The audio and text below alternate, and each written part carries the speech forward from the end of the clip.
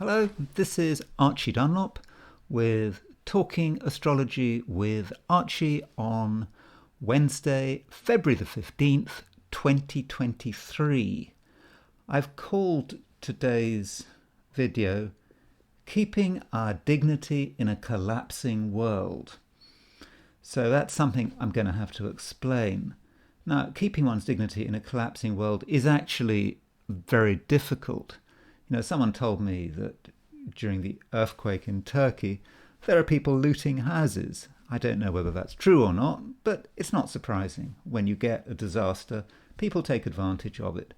During the Blitz in London in the Second World War, people talk about the Blitz spirit, people coming together.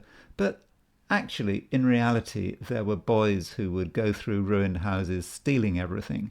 It happens. And morality is something that takes time to think about. When you think about, say, the Titanic, which I think took 3 hours to go down, if you were on the Titanic, your first instinct would be to look after yourself. And it might have taken a few hours to work out that, one's own life is not the most important thing, that perhaps you should stand aside to let women and children off or whatever. But the Lusitania was a ship that was torpedoed by the Germans in, I think it was 1916. The passenger list is available for the Lusitania, like it is for the Titanic, and that went down much more quickly. And when you look at who died, who survived, you don't get the situation as you did in the Titanic, where children, women tended to survive the Titanic. In Lusitania, it was everyone for themselves. It just went down too quickly. And the theme, keeping our dignity in a collapsing world, is about, I think it's about that conjunction between Venus and Neptune, which happens today. Now, that might not be something you'd think about. Venus is the planet of love. Venus is, the planet of aesthetics. Neptune is about chaos and delusion. And this Venus-Neptune conjunction is configured on a particular midpoint. I'm kind of giving myself away here. My view of astrology, I tend to use midpoints quite a lot. And I use some obscure midpoints. And Venus and Neptune are on the Vulcanus-Poseidon midpoint. These are two hypothetical planets. Vulcanus is the principle of energy and power. Poseidon is about dissolution, chaos. And the question is, how do we deal with this chaos, with this disintegrating world around us? We're very sensitive to it. We can see that it's falling apart. And what do we do? Do we just become part of the chaos, or do we hold our ground? We say to ourselves, whatever happens, I'm going to do the right thing. Now, this Venus-Neptune conjunction is not all bad. It's in Pisces. We can be sensitive. We can understand what makes people tick. If we're a Pisces, because the conjunction is in Pisces, we're going to be extra sensitive. We're going to feel other people's pain. And so if we're a psychotherapist or a counselor or something like that, we can really use this. But we also have to consider our boundaries. We might be overwhelmed by other people's pain. Same if you're a Taurus or a Libran. Venus rules Taurus and Libra. You're going to be hypersensitive today. So that's something to be aware of. And I should say that I'm not just talking about Taurians and Librans and Pisceans. This Venus-Neptune conjunction affects all of us.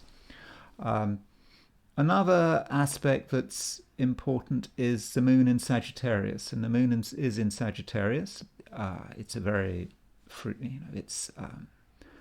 a very alive placement for the moon. It's sparking with energy. And as I think I said yesterday, it can be a bit tactless. It just says what's on its mind, doesn't care. But this moon in Sagittarius is making a fortunate aspect to the Sun and Saturn. So that Sun and Saturn is going to moderate the excessive tactlessness of the moon in Sagittarius, and that possibly links back to dignity.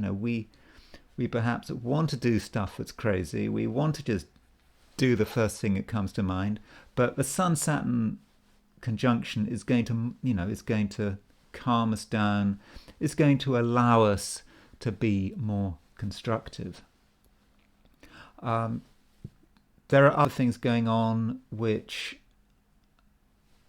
a lot of people might not notice, particularly if they're using traditional angles, traditional aspects, but I can't help noticing that Mars and Pluto are making a 135-degree aspect. Now that's 3/8 of the circle. Mars and Pluto are about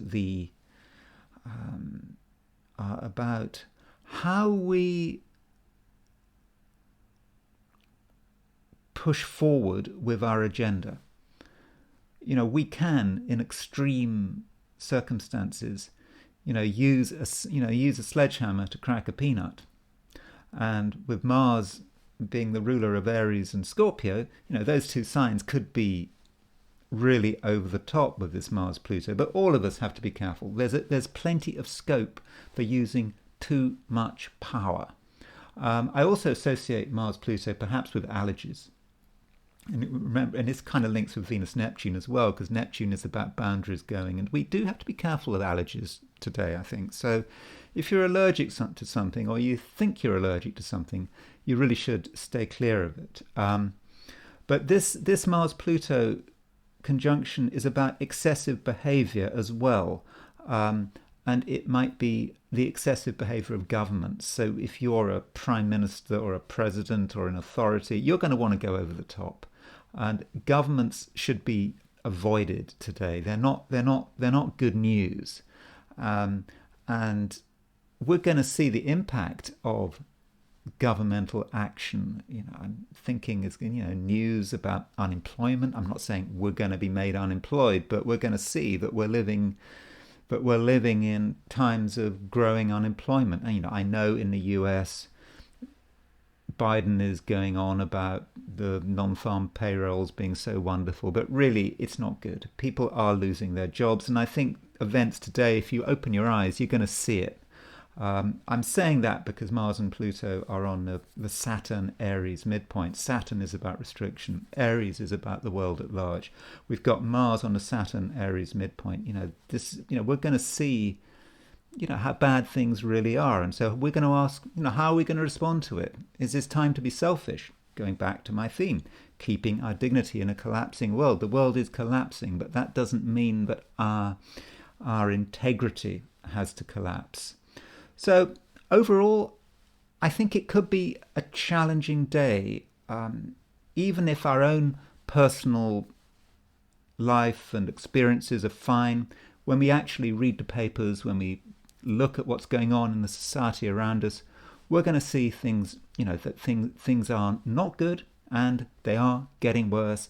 They are collapsing, and that is a broader trend that we can't do anything about. But just keep your dignity. That's all I have to say. Thanks for listening, and I'll see you tomorrow.